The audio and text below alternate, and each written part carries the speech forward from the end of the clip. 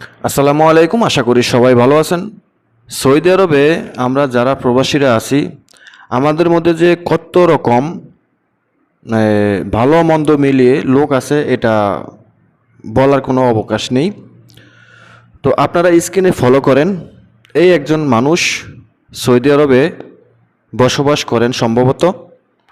তো উনি মাঝে মধ্যে, ওনাকে যারা দেখছেন চিনছেন তারা অবশ্যই জানেন ওনার সম্পর্কে।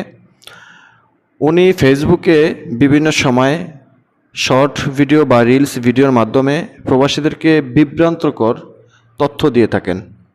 সৌদি আরবে উনি কিছুদিন বেশ কিনা আগে একটা রিলস ছড়াইছিলেন যে সৌদি আরবে কফিল প্রথা বাতিল, আর কফিল থাকবে না। তো সেটা নিয়ে অনেক আলোড়ন সৃষ্টি হয়েছিল। আমরাও বলেছিলাম যে সৌদি আরবে কফিল প্রথা বাতিল হবে না, কখনোই সম্ভব না। তো এই যে পাগল, ওনার একটা ভিডিও হঠাৎ করে আবার উনি আরেকটা এই ভিডিও ছাড়ছে ফেসবুকে, যে উনি বলছে যে যারা কাফালা হয়ে গেছেন তারা কিন্তু ধরা খাইছে। ওনার ভিডিওর যে কমেন্ট বক্স, এই কমেন্ট বক্স আপনারা একটু দেখুন।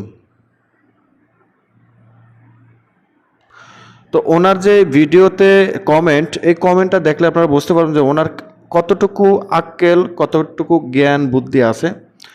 ওনার মতো এরকম যদি কমেন্ট আমরা এরকম ধরনের ভুলভাল তথ্য দিয়ে পেতাম, তা আমার মনে হয় যে আমি ব্যক্তিগতভাবে বলি যে আমি কখনো আপনাদের সামনে মুখই দেখাতে পারতাম না।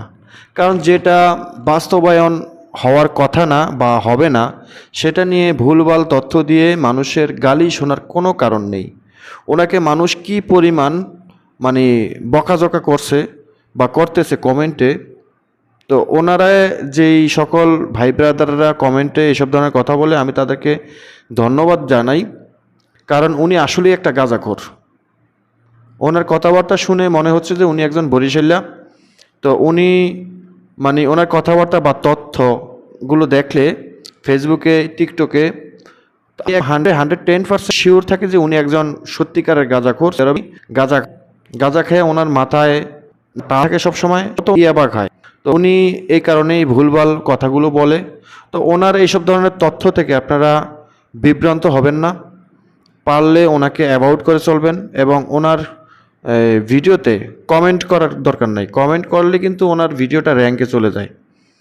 তো উনি যখন এই ধরনের তথ্যগুলো দেবে আপনারা অ্যাভয়েড করবেন, ব্লক মারবেন।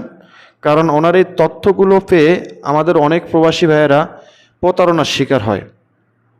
কারণ আমাদের যেই প্রবাসী ভাইয়েরা আছে, সবার কিন্তু জ্ঞান বুদ্ধি এক না। কেউ অতি উৎসাহিত হয়ে মানে ওনার কথাগুলো ধরে ওনার মতন চলে, পরবর্তীতে বিপদে পড়ে। সৌদি আরবে কফিল প্রথা বাতিল হবে না, কখনোই হবে না। কফিল প্রথা বাতিল কোনটাকে বলে? মূলত হলো সৌদি আরবে যারা ইনভেস্টর লাইসেন্সধারী, যারা ইনভেস্ট করে বা ইনভেস্টর লাইসেন্স বের করে, তাদের কফিল থাকে না।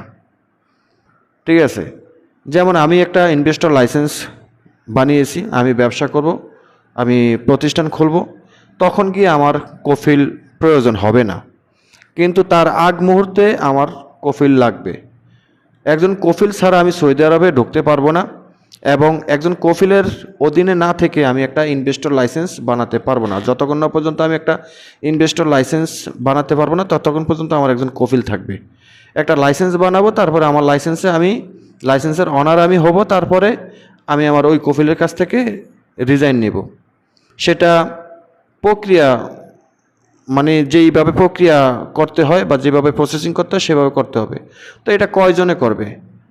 সৌদি আরবে মোটামুটি 1-2% ইনভেস্টর লাইসেন্সদারি আছি আমরা, এর বেশি তো না। তো উনি একদম মানে চোখ বন্ধ করে বলতেছে সৌদি প্রবাসীদের জন্য সুখবর, কফিল প্রথা বাতিল হয়ে গেছে, যারা কাফালা হয়েছেন তারা ধরা গেছে।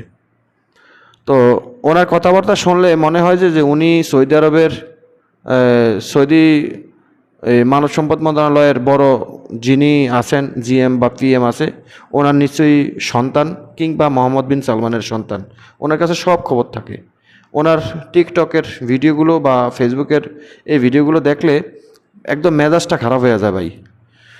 তো আশা করি বুঝতে পারছেন। আপনারা এই বাটফার থেকে, বাটফারের কথাবার্তা থেকে দূরে থাকবেন, অ্যাভয়েড করে চলবেন।